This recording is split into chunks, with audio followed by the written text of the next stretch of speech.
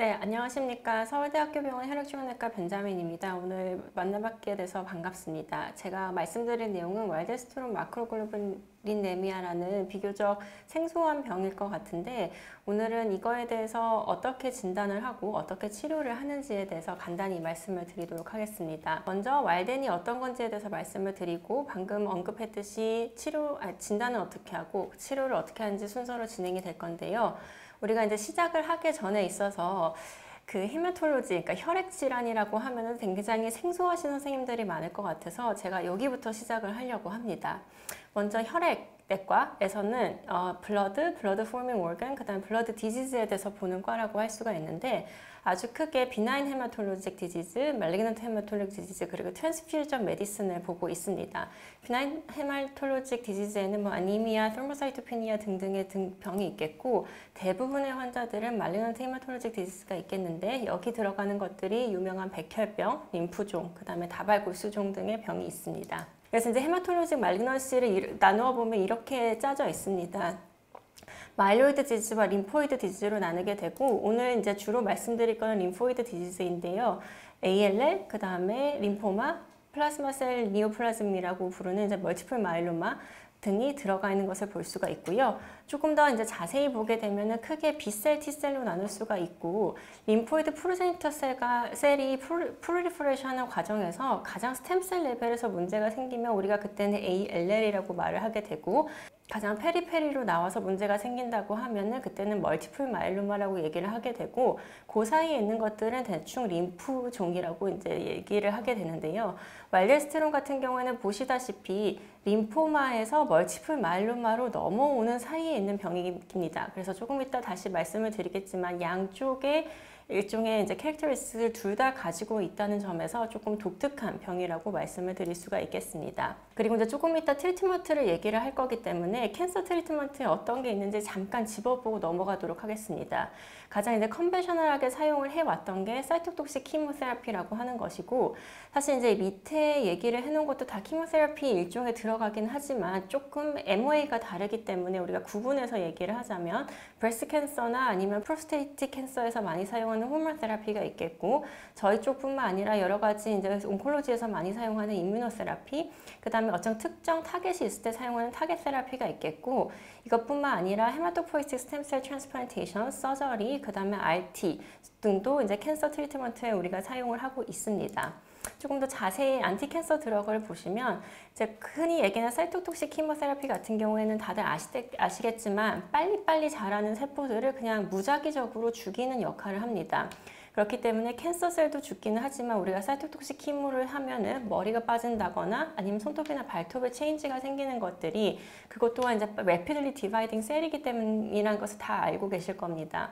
그래서 이런 부작용을 줄이고 조금 더 이피커시를 올리고자 나온 것들이 임뮤노세라피와 타겟 세라피가 될 것 같고요. 임뮤노세라피는 말 그대로 나의 이뮨 시스템을 사용해서 캔서를 어택할 수 있도록 사용하는 것이 임뮤노세라피이고 타겟 세라피라는 것은 어떤 이제 특정한 프로틴이 캔서 그로스에 연관이 있다. 이제 말 그대로 타겟이 되는 거죠. 얘가 있으면은 캔서가 생기고 얘를 타겟할 수 있는 방법이 있다라고 했을 때 이것을 타겟으로 해서 약을 만들게 되고 그 약을 사용하게 되면 캔서만 죽고 그 다음에 정상세포는 이제 안 건드리는 그런 종류의 약이 될 것 같습니다. 우리가 이제 오늘 얘기할 왈덴에서 이걸 전부 다 사용하고 있기 때문에 제가 잠깐 언급을 하고 넘어갔습니다.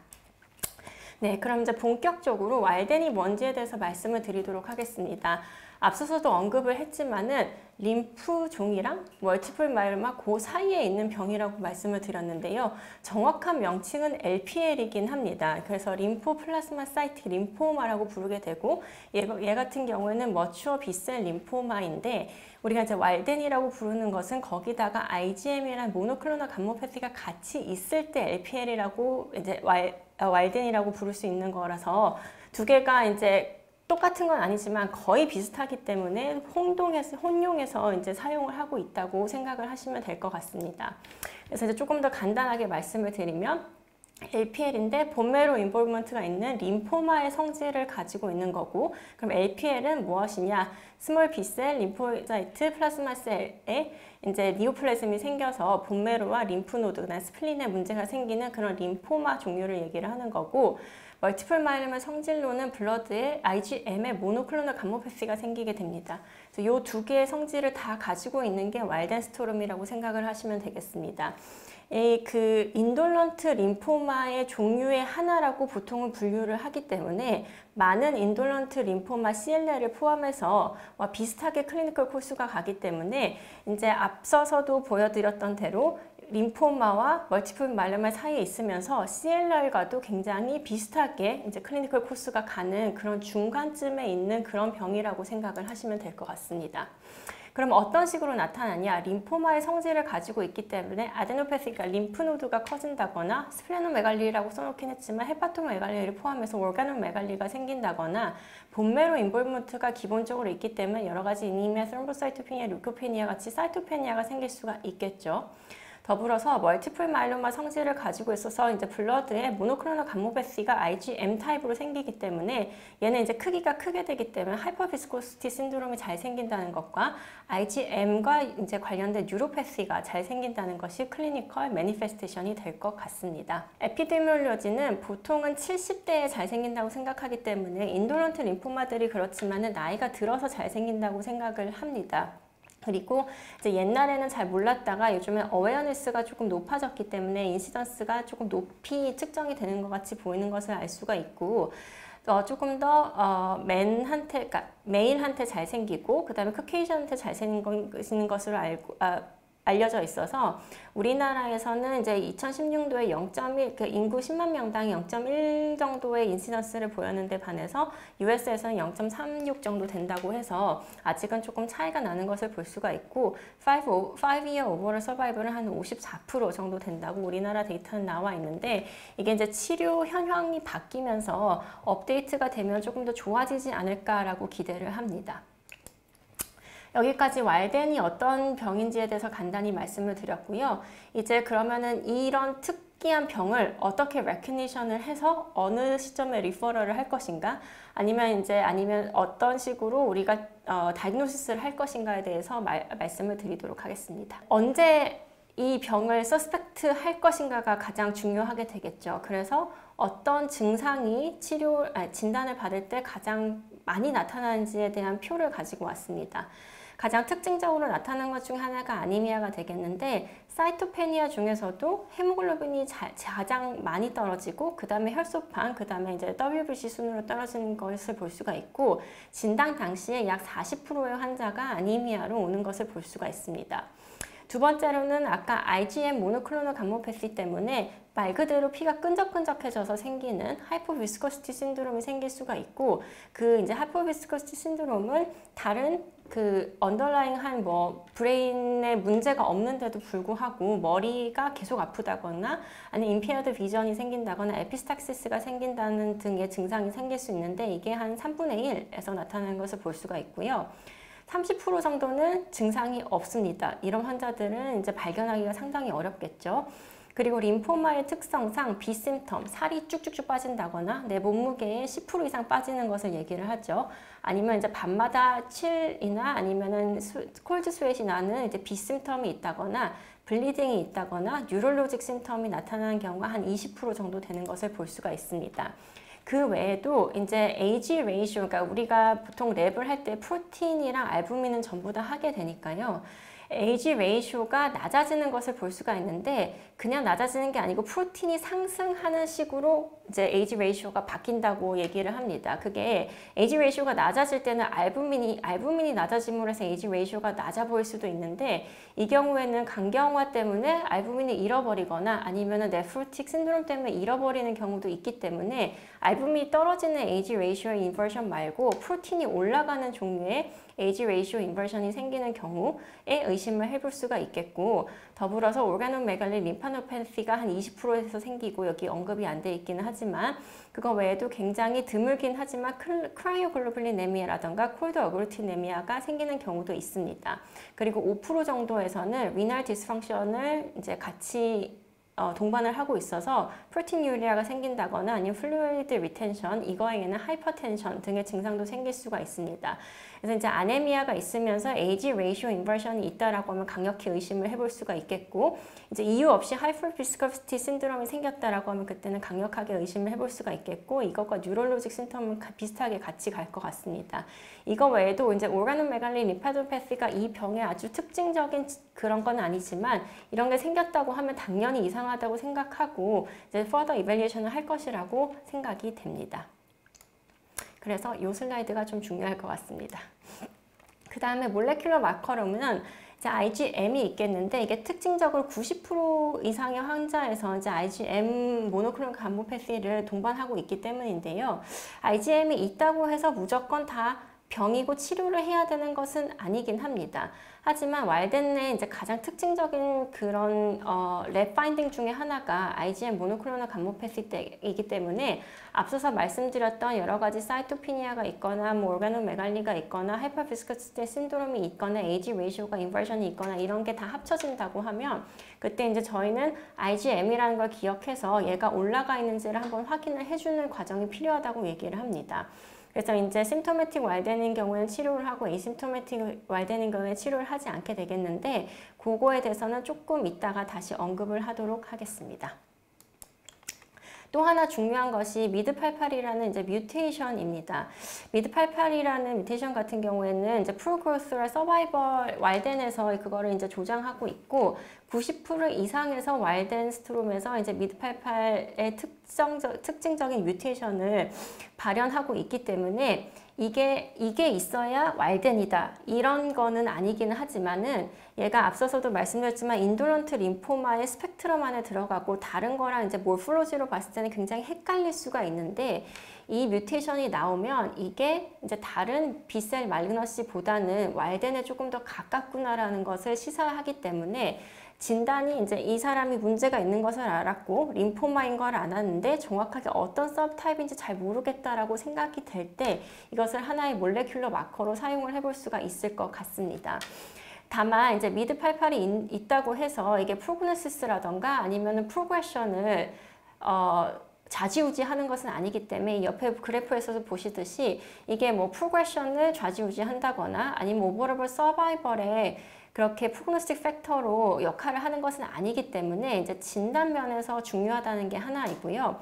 또 이거는 아주 정확한 거는 아직 에비던스가 아주 명확한 거는 아니긴 하지만 보통은 미드88이 없으면 BTK 이니비터라는 치료의 반응이 조금 떨어진다고 생각을 합니다.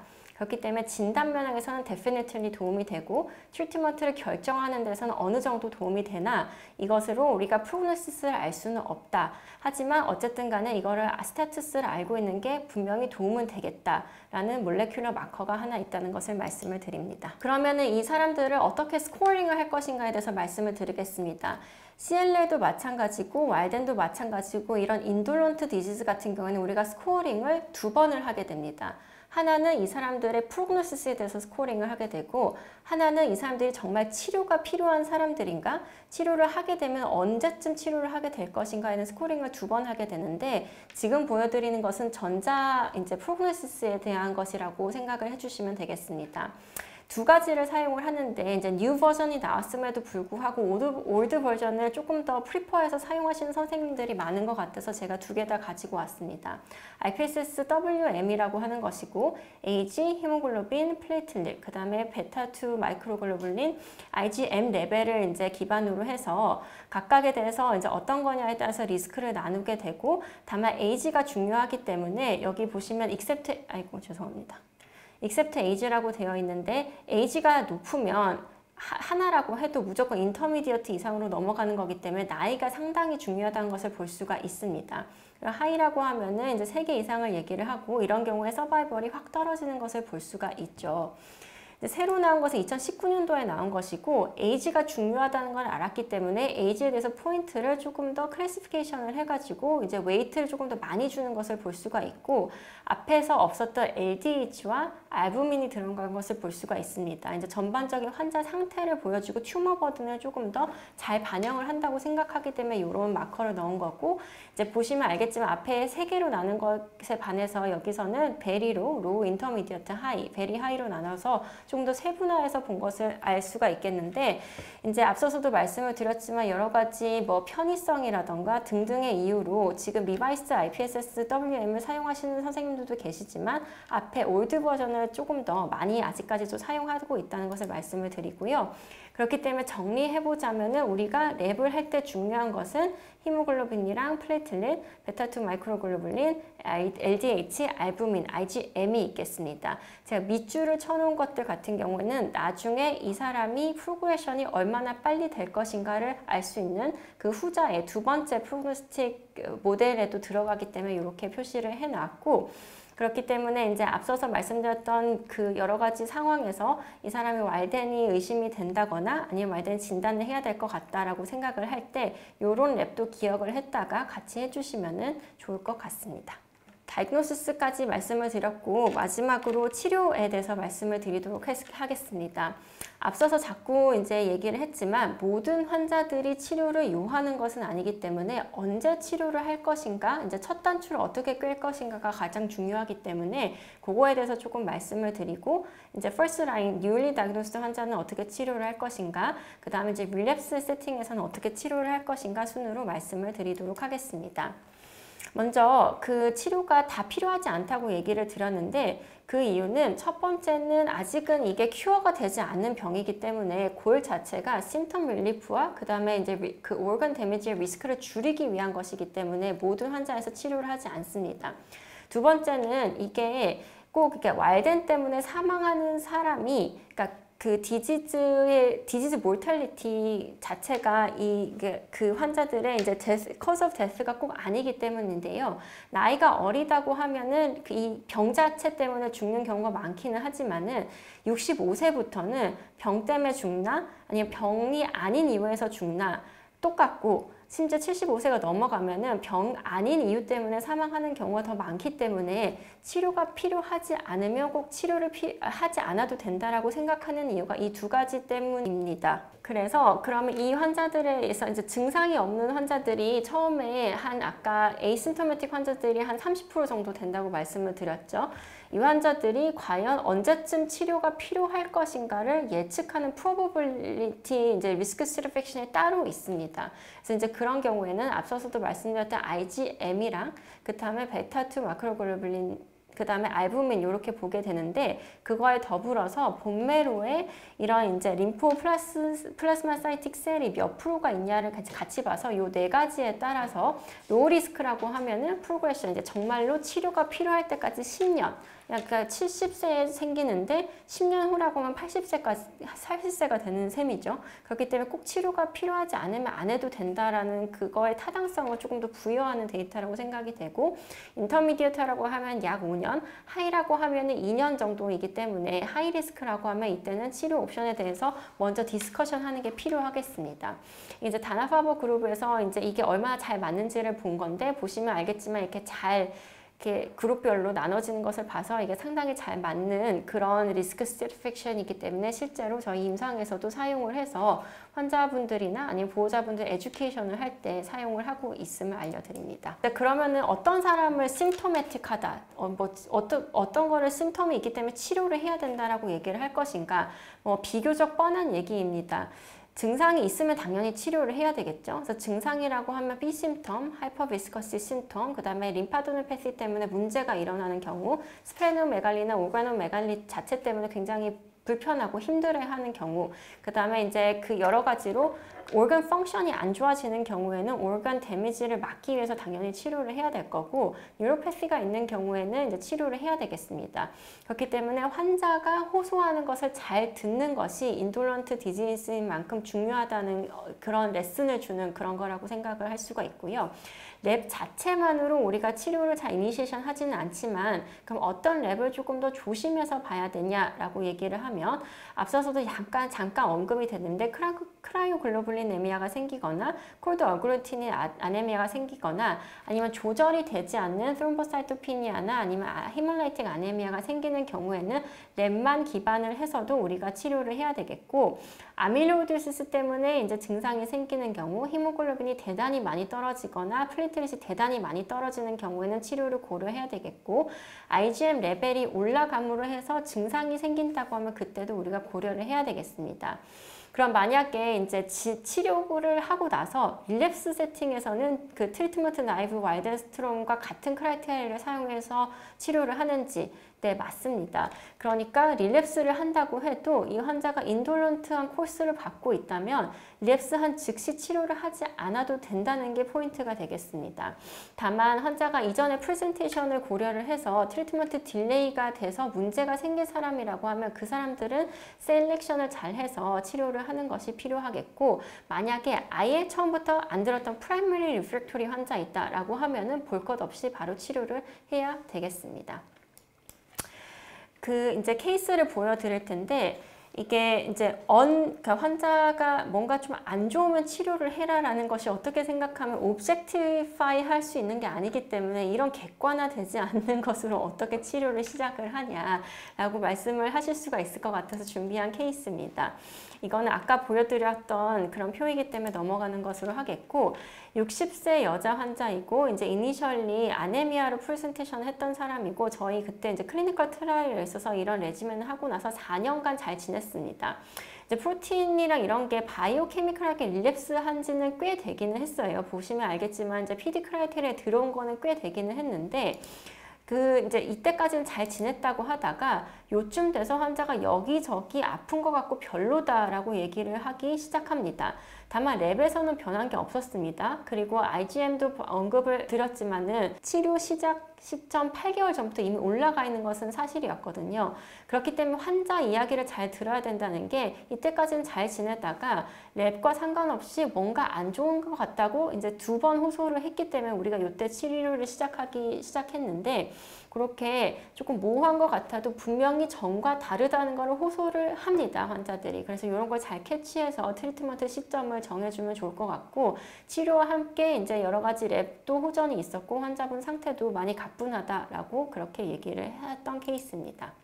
그래서 여기서 이제 테이크어웨이 메시지는 비단 왈덴스트롬뿐만 아니라 인돌런트 빌셀 말그너시는 특성상 이 호전의 증상들이 디지즈 릴레이티드인지 판단하기 어려운 경우가 종종 있습니다. 그래서 이런 경우에는 이제 히스토리 테이킹이나 랩, 그 다음에 영상을 종합해서 판단을 하는 것이 필요하고, 이 환자 같은 경우에는 잘 지내다가 분명히 본인이 호소하는 증상이 생겼기 때문에 다른 것과 이제 별개로 병과 관련이 있을 거라고 판단을 해서 치료를 한 케이스가 되겠습니다. 두 번째는 이제 치료를 딜레이하지 말라라는 거에 대한 이제 레슨이 되겠는데, 우리가 이제 릴랩스한 세팅에서는 이 사람 패스트 프레젠테이션을 알고 있기 때문에 unnecessary한 딜레이는 조금 어보이드 하는 게 좋을 것 같다는 메시지를 드리기 위해서 준비한 케이스입니다. 71세 남자 환자이고 마찬가지로 아네미아로 프레젠테이션을 해서 이때 이제 VTD를 했던 사람이고요. 세컨 라인으로 이제 아네미아가 또 다시 나빠져서 벤다무스틴 리투ක්시맙이라는 이제 치료를 했고, 이게 보험이 안 되기 때문에 6번을 다 했으면 좋겠기는 하지만 3번까지밖에 진행을 못했습니다. 근데 보시면 알겠지만은 이제 아네미아가 다시 생긴 것을 볼 수가 있습니다. 치료를 하고 나서 잘 지내다가 IgM이 조금 올라가면서 아네미아가 같이 생긴 것을 볼 수가 있어서 한 번 더 팔로우를 했는데 아네미아가 여전히 있기 때문에 우리가 치료를 시작했던 케이스입니다.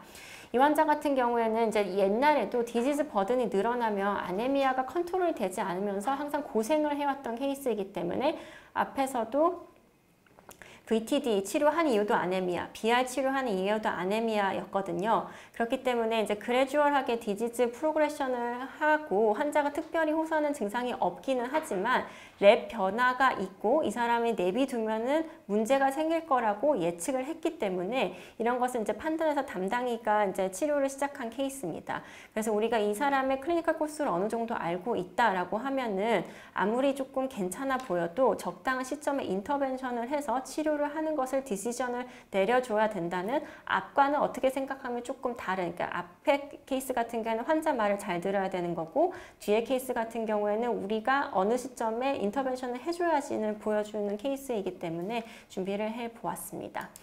그래서 이제 그렇게 어떤 환자에 대해서 치료를 시작을 할 것인가에 대해서 말씀을 드렸는데, 그럼 치료를 하겠다라고 마음을 먹었으면 사용할 수 있는 약은 이렇게 3개가 있습니다. 리투ක්시맙 베이스한 이제 키모 임무노세라피가 있겠고, BTK 이니비터가 있겠고, 이제 프로테어좀 이니비터가 있겠는데요. 리투ක්시맙이 아까 얘기했던 이뮤노세라피이고, 이제 키모세라피가 키모세라피인 거고, BTK 이니비터가 일종의 타겟 세라피라고 말씀을 드릴 수가 있겠죠. 그래서 이제 앞에서 언급했던 그런 치료들을 다 할 수 있는 병이 왈덴입니다. 사용하는 거는 이것 때문에 이제 CD20을 익스프레션 하고 있으니까 당연히 리투ක්시맙을 사용을 할 수가 있는 거고, 그 멀티플 마일로마의 성질을 가지고 있기 때문에 프로테어전 이니비터를 사용할 수가 있는 거고, B셀 이제 말리그넌시, B셀 림포마 일부이기 때문에 BTK를 억제를 하면은 이제 이 드라이버를 막음으로 해서 B셀이 프롤리페레이션 되는 것을 막을 수가 있어서 BTK 이니비터를 사용할 수 있는, 그래서 이제 보시면은 사용하는 약제들이 멀티플 마일로마에서 사용하는 약이랑 CL에서 사용하는 약이랑 그 다음에 림포마에서 사용하는 약을 전부 다 사용할 수 있는 그런 캐릭터리스트에 맞춰서 트리트먼트가 가는 그런 병이라고 말씀을 드리겠습니다. 그러니까 그 치료를 하지 않았던 이전에 새로 진단을 받은 환자들 같은 경우에는 프리퍼드 레지멘이 이제 벤다무스틴, 리투ක්시맙, 볼테조미 베이스드 트리트먼트, 그다음 BTK 이니비터가 있겠는데요. 데이터를 정리해서 가지고 왔습니다.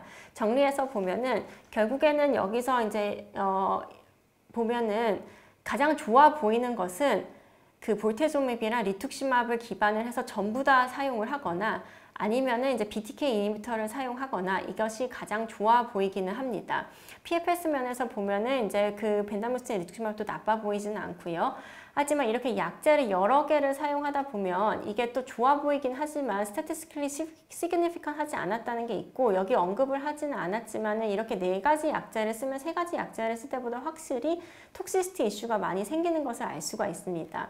그 다음에 이제 이 약제 BTK 이니비터 같은 경우에도 굉장히 좋은 약이는 맞지만, 처음부터 BTK 이니비터를 사용하게 되면 얘 같은 경우에 인데피니트하게 치료를 해야 되기 때문에 환자가 어쨌든 처음에는 굉장히 좋아도 이게 뭐 2년, 3년, 4년 이렇게 10년, 5년, 10년 이렇게 가다 보면 그거에 의해서 쌓이는 뭐 이모셔널 버든도 그렇고 파이낸셜 버든이 굉장히 많아지기 때문에 그런 것을 고려해서 처음 치료는 이제 결정을 하게 됩니다.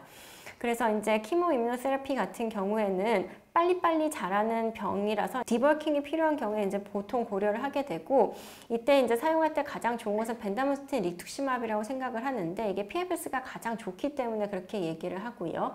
RCD 같은 경우는 이제 리투ක්시맙, 사이톡산, 덱사를 얘기를 하는데, 이거 같은 경우에는 조금 레스 핏한, 이거보다 좀 덜 톡식하기 때문에 환자들한테 고려를 해볼 수가 있습니다. BTK 이니비터 같은 경우는 앞서서도 말씀을 드렸지만 좋은 약이긴 하지만, 얘 같은 경우는 이제 인데피니트 트리트먼트 듀레이션 때문에 좋은 약이긴 하지만은 이제 약을 쓸 때는 생각을 조금 해봐야 되는 이슈들이 있다는 것이고요. 프로테아솜 이미터 같은 경우에는 모든 사람들한테 대상이 된다기보다는 AL 아밀로이도시스 같은 뭔가 림포마보다는 조금 더 멀티플 마일로마에 가까운 종류의 캐릭터리스틱을 보이는 경우에 조금 더 고려를 하게 됩니다. AL 아밀로이도시스가 있는 경우에는 이게 우리가 다른 치료만 해서는 안 듣는다는 것을 알고 있기 때문에 프로테아솜 이미터를 조금 쓰는 게 좋다고 생각을 하는데, 그럼 AL 아밀로이도시스는 이제 한 10% 미만의 환자에서 동반이 되고, 보통은 폴리뉴로패시라던가 아니면 네프로틱 신드롬이 같이 동반한 케이스에 이게 같이 있는 것을 고려를 해볼 수가 있겠습니다. 엄밀히 따지면은 바이옵시를 해서 이게 AL 아밀로이도시가 있는지 확인을 하고 넘어가는 게 맞는데, 이게 굉장히 뭐 하트도 그렇고 키드니도 그렇고 리버에 바이옵시를 한다는 게 상당히 쉽지는 않은 거기 때문에 보통은 이제 이런 레드 플래그 사인으로 우리가 이 사람은 AL 아밀로이도시스 포션이 조금 있겠구나라고 예측을 하고, 이런 사람들에서는 어쨌든 간에 이런 organ function을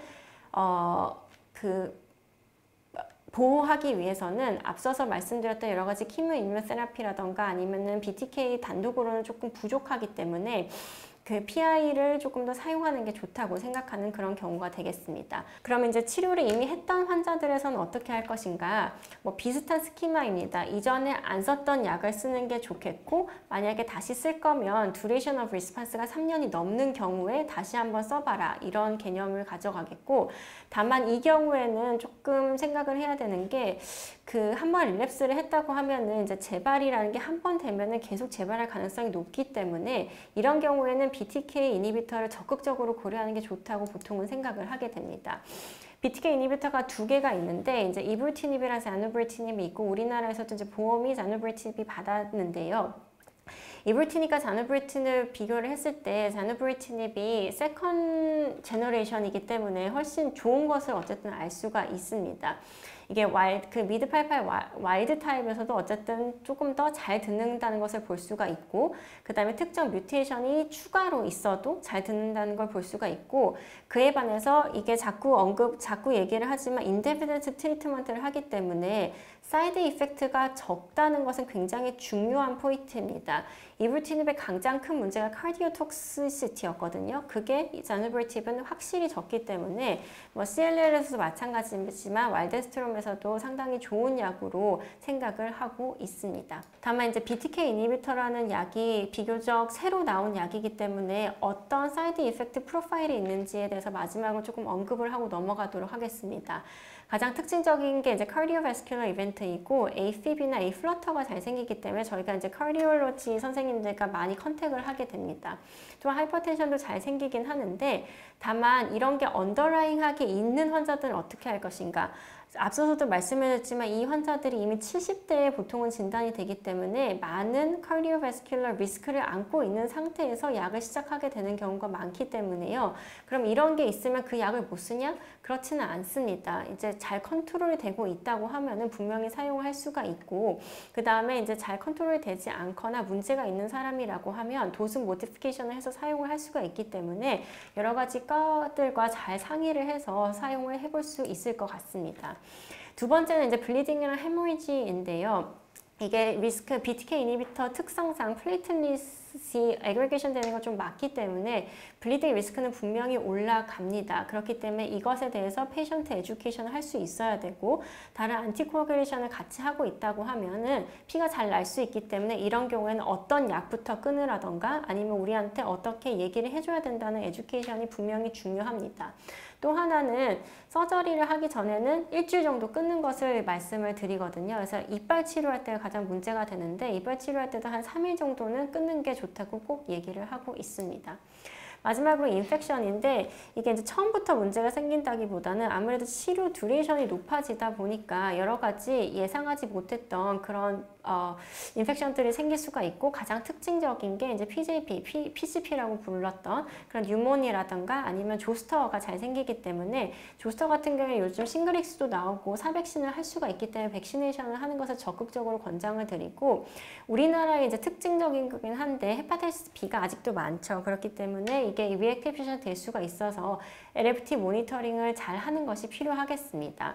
그리고 이제 하이포감마글로불린네미아가 생긴다거나 IVIG를 주고 안티펑갈 프로필렉시스는 필요한 경우에 이제 스테로이드를 같이 쓰는 경우에는 이제 꼭 필요하다, 이렇게 말씀을 드릴 수가 있겠습니다. 트리트먼트에 대해서 많이 말씀을 드렸는데 그럼 우리나라에서 이 약제를 다 쓸 수 있냐요? 라고 물어보면 불행히도 아직까지 그렇지는 않습니다.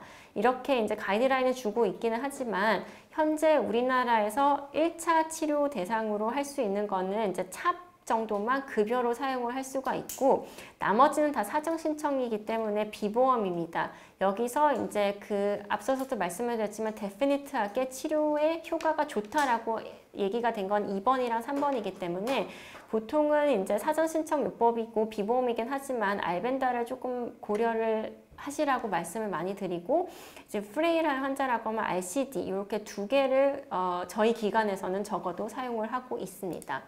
릴랩스 세팅이라고 하면 오히려 조금 더 상황이 좋습니다. 자누브리티닙이 급여를 받았기 때문에요. 오히려 이런 이제 벤다무스틴 R이라던가 아니면 RFC 같은 경우는 사전 신청이기 때문에 보험이 안 되는데 반해서 자누브리티닙까지는 급여가 되기 때문에 재발이 됐다라고 하면은 이제 치료가 필요한 사람이다라고 하면 이제 BTK 이니비터를 사용을 하면 그러면은 잘 치료를 끌고 나갈 수 있을 것 같습니다. 제가 그 앞에서 잠깐 보여드렸었는데 우리가 오버럴 서바이벌이 이렇게 인돌런트한 병인데도 불구하고 5-year 오버럴 서바이벌이 54%밖에 안 된다고 언급을 했었는데요. 그 이유가 우리가 이제 이런 미디안 그러니까 중간 평균치를 낼 때는 치료가 당장 필요해서 치료를 했으나 사망한 케이스부터 치료를 안 해도 돼서 이제 굉장히 롱텀하게 팔로우 환자들까지 그 스펙트럼이 굉장히 넓습니다. 그렇기 때문에 이제 그 사이에 미디언을 내다보면 5년이 된다는 것이기 때문에요. 증상이 있는 사람들 같은 경우는 치료를 안 하면 상당히 빨리 죽고 그 다음에 예후가 좋지 않기 때문에 치료를 하는 게 좋겠고, 증상이 없는 경우에는 이제 굉장히 그냥 롱텀하게 서바이벌 하는 경우가 많기 때문에 아까 보여드렸던 그 리스크를 잘 따져가지고 치료하는 시점을 잘 결정하는 게 필요할 것 같습니다.